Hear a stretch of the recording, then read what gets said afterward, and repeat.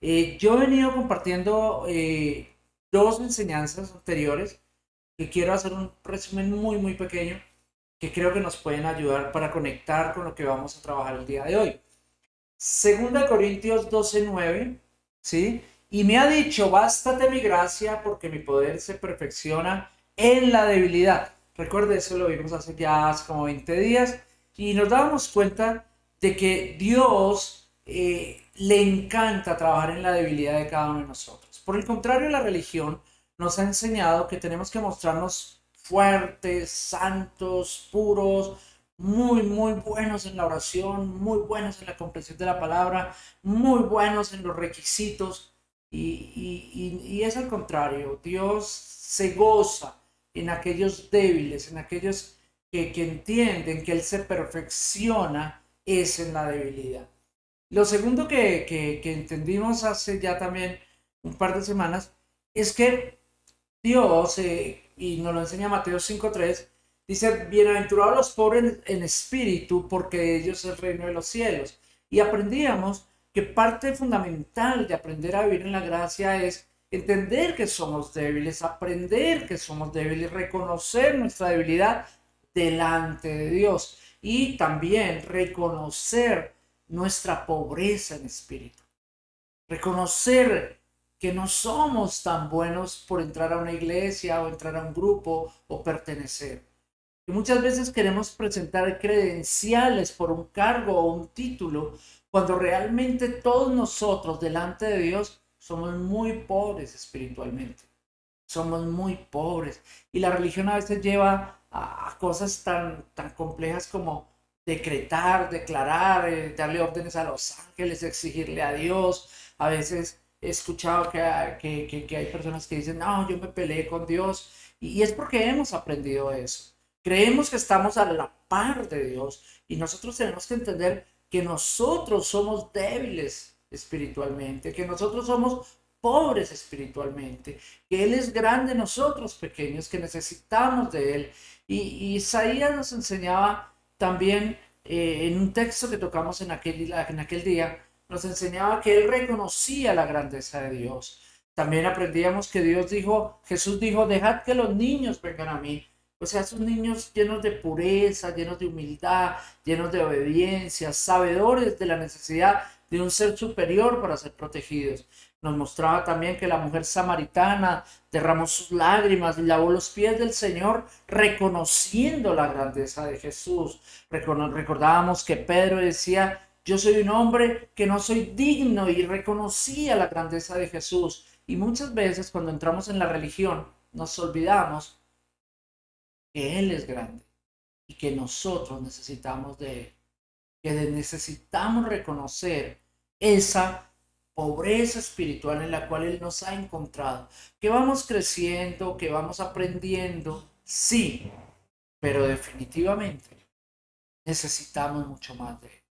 Entonces, aprender a vivir en la gracia de Dios es despojarnos de esas máscaras, de esas caretas de fortaleza y de perfección que hemos querido mostrar por muchos años. Muchas veces nos queremos mostrar fuertes, nos queremos mostrar duros, pero realmente no lo somos tanto. A veces se ha juzgado hasta decir tengo miedo, hasta decir me duele la cabeza, como si fuera un pecado sentir, como si fuera un pecado reconocer que somos humanos. Por el contrario, Dios nos muestra en su palabra que se perfecciona nuestra debilidad. Por el contrario, Dios nos muestra en su palabra que debemos reconocer, para vivir en la gracia, debemos reconocer nuestras debilidades y debemos reconocer su grandeza. Si no podemos entender esos dos principios, es imposible vivir en la gracia. Es imposible recibir esa gracia, porque la gracia nos coloca en un punto en donde nosotros somos privilegiados, somos bendecidos por Dios. Nosotros no merecemos, nosotros no nos ganamos, nosotros no aplicamos a la gracia de Dios.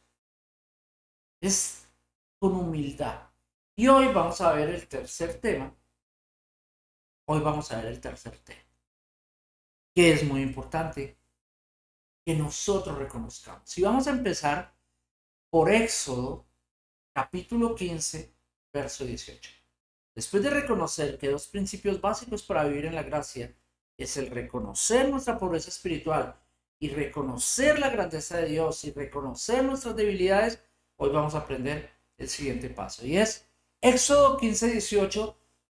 Está en el Antiguo Testamento, está en el Antiguo Pacto y dice así: Jehová reinará eternamente y para siempre. Jehová reinará eternamente y para siempre. Es muy importante que entendamos que la promesa del reino de Dios es una promesa que viene desde el Antiguo Pacto, que viene desde el Antiguo Testamento, que de generaciones muy atrás del Nuevo Pacto, generaciones muy atrás del Nuevo Testamento, ya se anhelaba como una promesa. Y este Éxodo 15:18 es solamente uno de los que nos promete que va a haber un reino guiado por Dios. Jehová reinará eternamente y para siempre. Y desde aquí yo podría tocar 50, 60 textos del Antiguo Pacto que hablan de un reino venidero, que hablan de un reino que debe venir, que debe llegar a la humanidad, que debe llegar al pueblo de Dios. Y los profetas, Isaías, Jeremías, Elías, todos mostraban, todos los profetas del Antiguo Pacto mostraban la promesa de un reino venidero. Nosotros, todos, el pueblo escogido, los gentiles, estábamos fuera de ese reino, porque era una promesa, un anhelo del pueblo de Dios. Habían guerras, fueron llevados a Babilonia, el templo era destruido, eran invadidos una y otra vez, volvían y se levantaban, pero siempre buscaban ese reino, siempre buscaban establecer el reino en donde Jehová, en donde su Dios pudiese tomar el control. Una promesa. Profetas y profetas pasaban y la promesa seguía siendo eso mismo, una maravillosa promesa. Y la Biblia está llena de promesas para los hijos de Dios. Pero las promesas, debemos entender una cosa, son eso, promesas. Tú le puedes decir a tu hijo, si pasas tu año escolar, yo te voy a regalar en diciembre esto. Es una promesa. Tú le puedes decir a tu hijo, el próximo domingo te voy a llevar a comerte un helado en McDonald's. Es una promesa.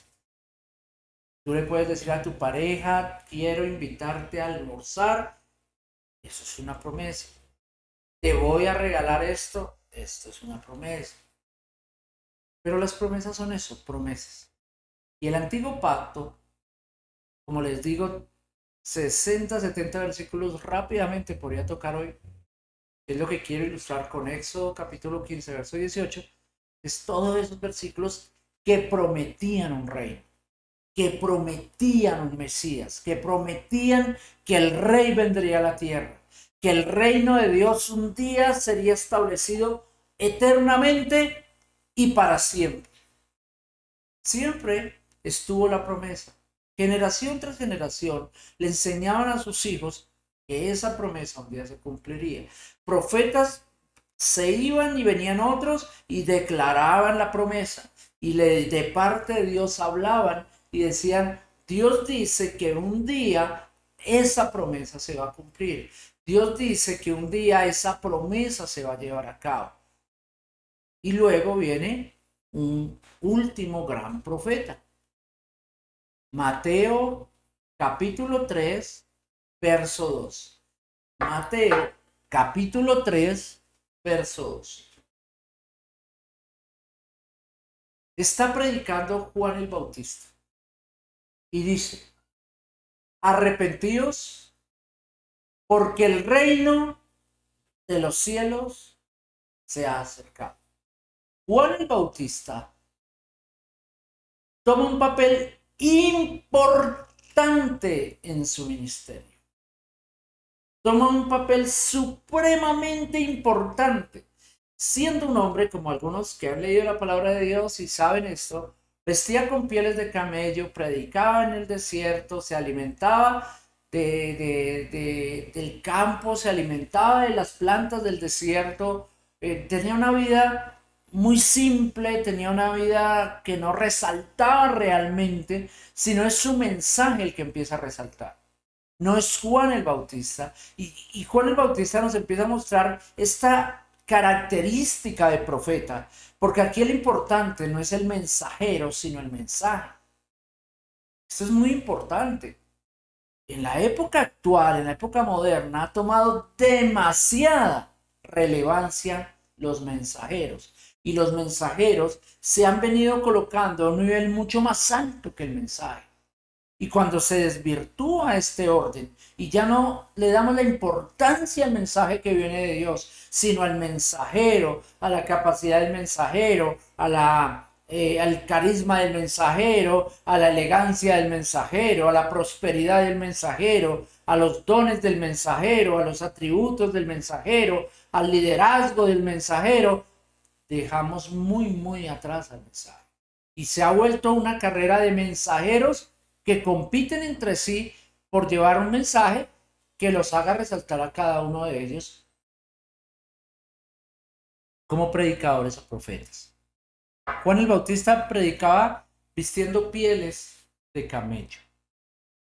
Vivía en el desierto, predicaba en el desierto y traía un mensaje que no era muy alentador para la religión.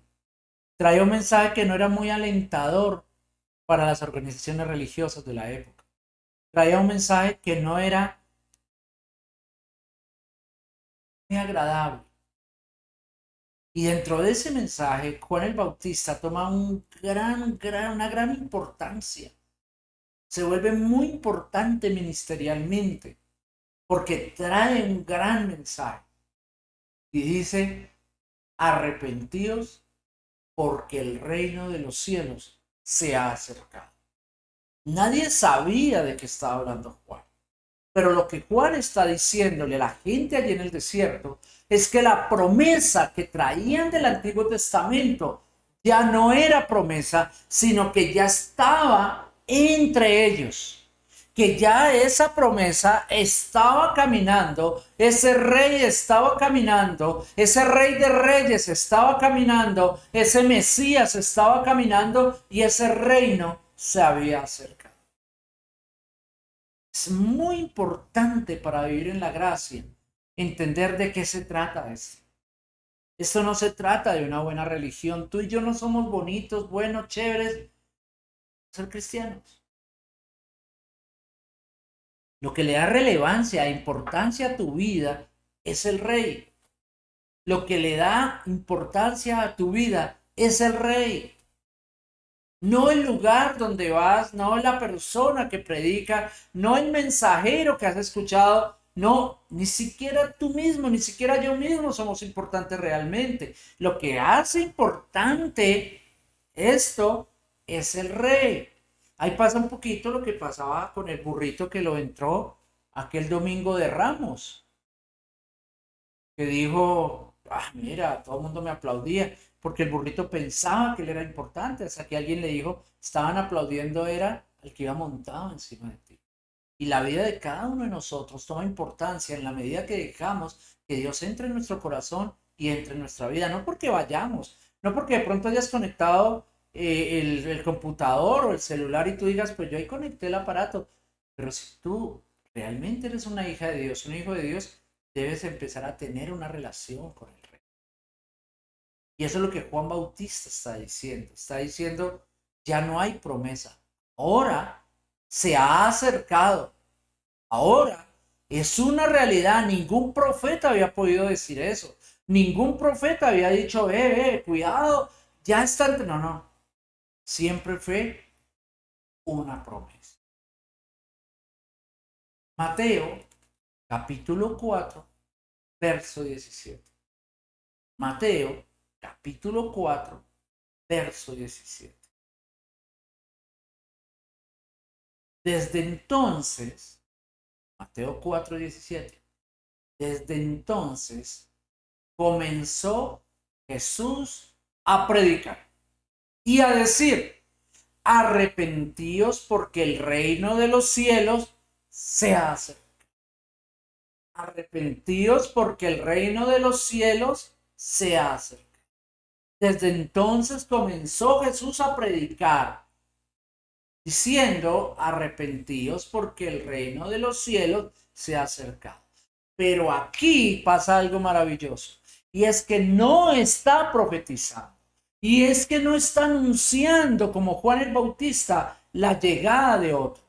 No está preparando el camino de otro como Juan el Bautista. No está profetizando como los profetas anteriores. No está anunciando como Juan el Bautista la llegada de alguien más. Aquí Jesús, Mateo 4:17 dice, ha llegado el reino, pero está hablando de sí mismo.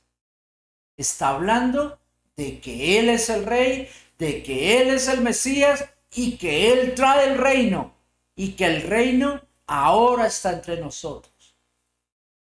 Es importante para vivir en la gracia entender en dónde estás viviendo. Sí, ya sé. Pastor, ¿usted vive en Prado Veraniego? Sí, yo vivo en Prado Veraniego. ¿Y usted dónde vive? ¿En qué barrio vive? ¿En qué ciudad vive? ¿En qué país vive? ¿En qué? Es que usted está viviendo es en el reino de Dios. Sarita, usted vive en el reino de Dios. Moisés Daniel, usted vive en el reino de Dios. Profe Javier, usted vive en el reino de Dios. Usted, mi querida, mi querido, usted no vive en ese barrio, usted no vive en ese pueblo, usted no vive en esa ciudad. Usted la frontera, el avión que le pasó de un país a otro, usted vive en el reino de Dios, porque cuando usted le abre su corazón al rey, usted inmediatamente tiene la entrada al reino. Y entonces a veces estamos pensando es en lo natural, en la universidad, en el trabajo, en la empresa, en el equipo, en la selección que perdieron otra vez, en esto es que pensamos en lo natural, pero nosotros como hijas, como hijos de Dios, debemos entender que nosotros somos los que estamos viviendo lo que fue una promesa, lo que fue un anuncio. Nosotros lo vivimos como un presente, porque Jesús dice, muchachos, el reino está aquí y ahora. Y ahí cambió todo, por eso ya no hay más profetas. Por eso el que te venga a profetizar y a anunciarte y a adivinarte y a decirte que vas a ir por las naciones y que vas a ir a la China y al Japón y a Dubái y que esto y que aquello. No, no, la gran profecía que queda es la palabra de Dios. Nosotros los predicadores somos eso, predicadores de la palabra de Dios. Nosotros debemos enseñar la palabra de Dios. Nosotros no tenemos por qué traer anuncios o adivinaciones o pronósticos, porque ya está en la palabra. Lea la Biblia. ¿Quiere profecía? Lea la Biblia.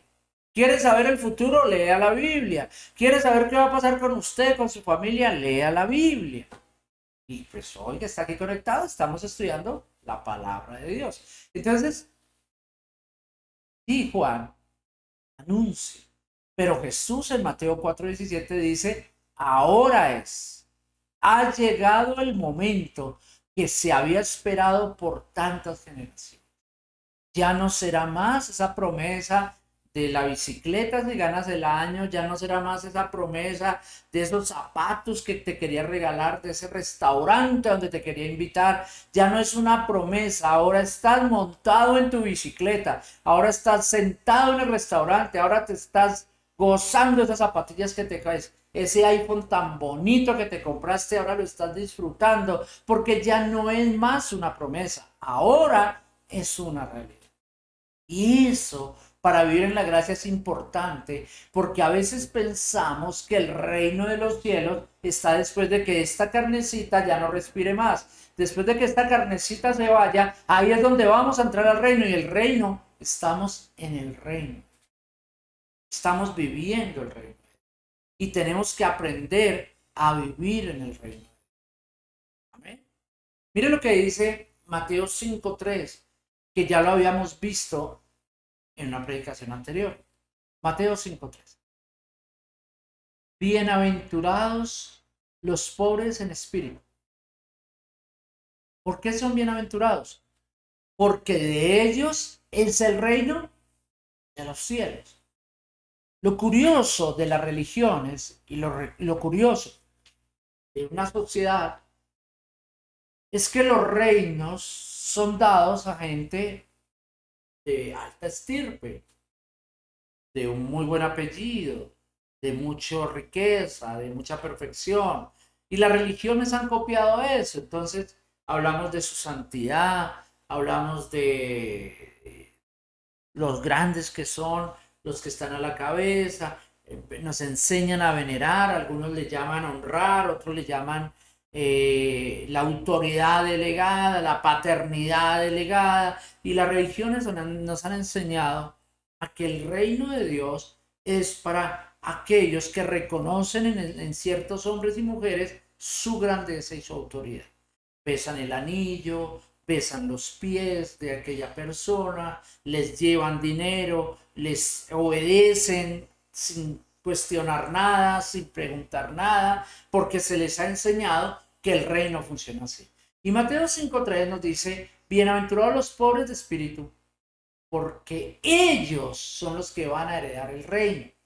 Entonces es un reino que ha sido preparado para personas que son débiles, para personas que son imperfectas, para personas que son cobardes, para personas que no son tan inteligentes, para personas que no tienen demasiadas cosas para estar en ese reino. Por el contrario, el rey de este reino ha preparado un reino para los débiles, para los medrosos, para los pobres de espíritu. Y es algo que tenemos que reconocer, que vivimos en un reino que ha sido preparado aún para los gentiles. Se abrió la puerta y dice, entrad confiadamente ante el trono de la gracia. Jesús abrió la puerta con su sacrificio en la cruz del Calvario, nos dio la entrada a su reino y vivimos en su reino porque Él nos ha dado la entrada, no porque nosotros lo merecíamos, no porque nosotros teníamos cómo, es porque Él ha preparado un reino muy especial para los pobres en espíritu. Y nosotros tenemos que dejar la arrogancia, tenemos que dejar la altivez, tenemos que dejar el creer que nos merecemos algo porque ahora tenemos un título, porque ahora tenemos una bendición, porque ahora hemos sido prosperados en algo, material incluso. Es que yo merezco, es que yo tengo, es que yo... No, no, no, no, no. Nosotros no merecemos. Nosotros somos la gracia de Dios. Y aprender a vivir en la gracia necesita y requiere que nosotros nos preparemos para vivir en ese reino, que nosotros nos preparemos a través de la palabra para poder estar en ese reino, vivir en ese reino. Pero lo primero que hay que tener para poder entrar al reino es entender que es gracia. Que es gracia, que no había cómo estar en esa ciudadanía, que nuestra ciudadanía no es de este mundo. Y si nosotros perdemos de perspectiva esto, empezamos a tomar actitudes de reyesuelos del mundo, de reyesuelos de organizaciones, de reyesuelos de una comunidad, en donde los títulos son los que nos hacen hacer esos reyesuelos que no tienen realmente nada que ver con Dios. En donde muchas veces Jesús y su palabra han sido sacados de esas organizaciones porque la palabra ha sido acomodada a los intereses personales de los requiesuelos. Y no podemos caer en eso. Hay un solo rey en este reino. Su nombre es Jesús. Jesucristo, el Hijo del Hombre, el principio, el fin, el alfa y la omega. Él es el único. El león de la tribu de Judá, Él es el único rey.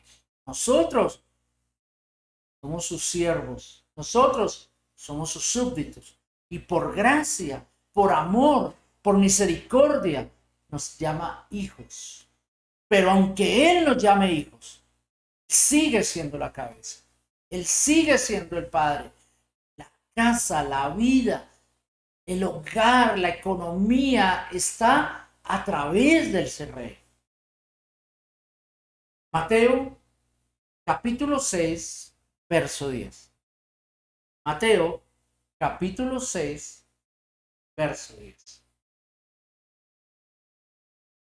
El Padre Nuestro, que tanto lo hemos leído a través de la Iglesia Católica, nos lo han enseñado en el colegio, nos lo han enseñado, la Iglesia Cristiana algunas veces lo ha enseñado. Parece ser que como que se enseñó tanto en el catolicismo que la Iglesia Cristiana poco lo enseña y poco habla de ese espacio, como que ya todo el mundo lo sabe. Alguna vez yo prediqué sobre el Padre Nuestro, pero no es muy recurrente.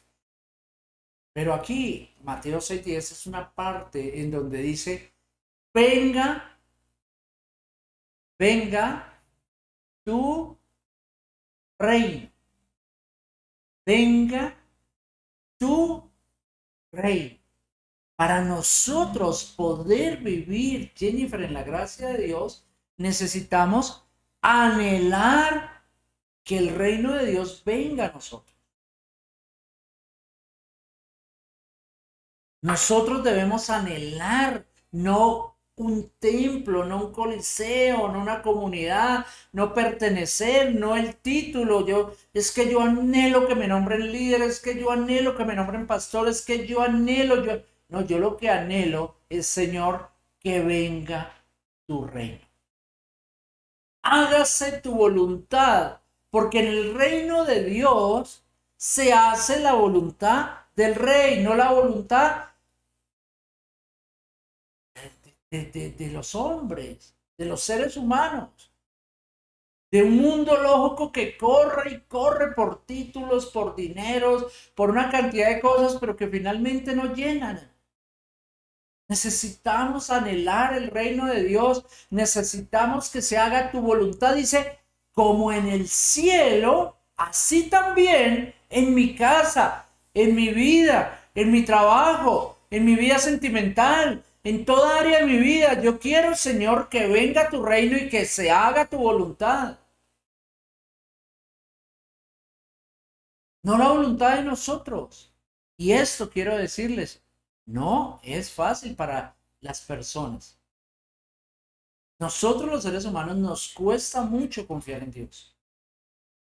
Nosotros confiamos en Dios cuando tenemos a alguien enfermo en el hospital. Nosotros confiamos en Dios cuando tenemos una necesidad. Nosotros confiamos en Dios cuando hay una crisis.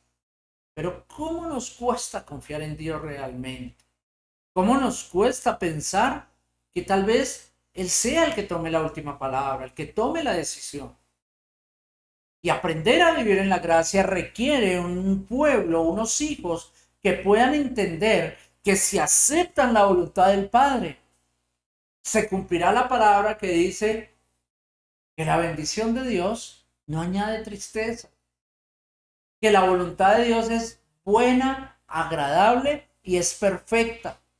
Entonces dejemos el temor de que Él tome la decisión. Hágase tu voluntad, Señor.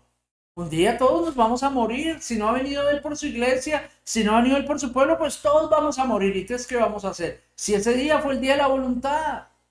Entonces a veces nos cuesta, cuando hay una crisis económica, nos cuesta que Él tome la decisión. Cuando a veces esas crisis lo que nos hace es desarrollar nuevas ideas, nuevos pensamientos, nuevas maneras y nos permite reorganizar muchas cosas.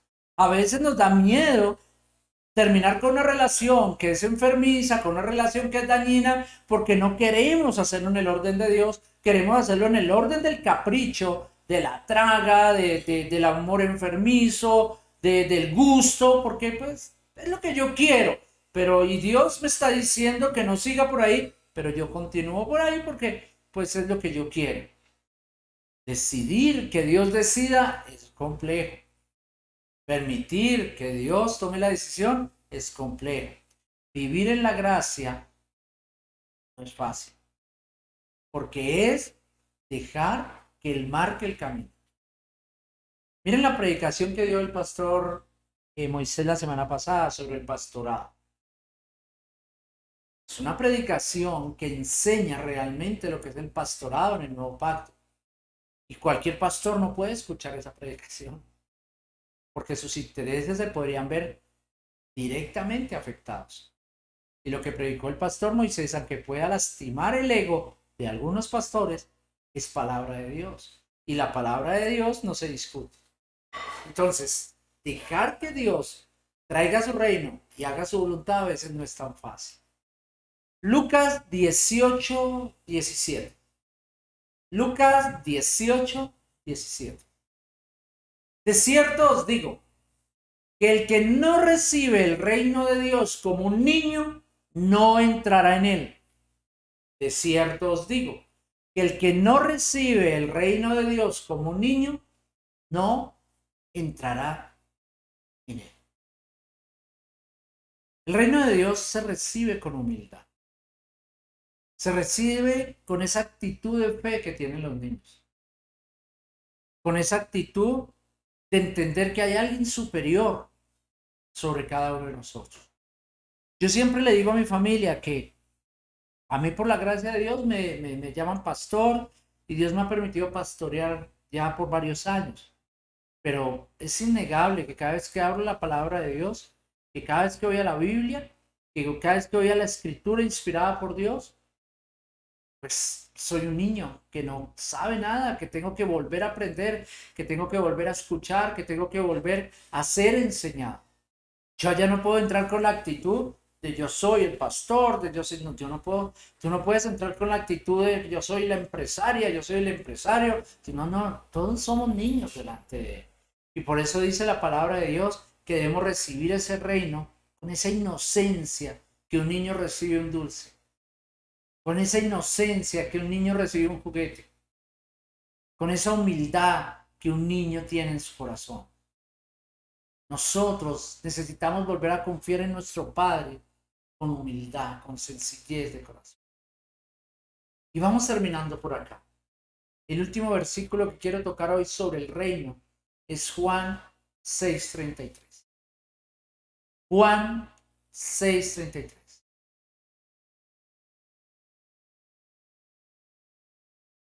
Juan 6:33. Lo voy a buscar acá, se me borró allí la pantalla.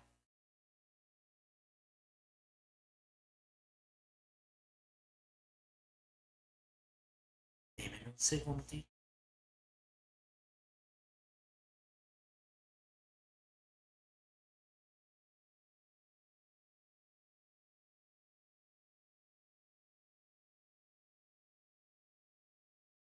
No lo tengo.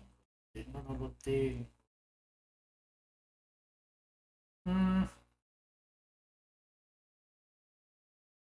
Pues creo que lo tengo mal.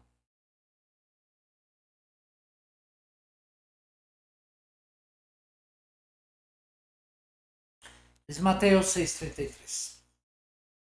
Mateo 6:33.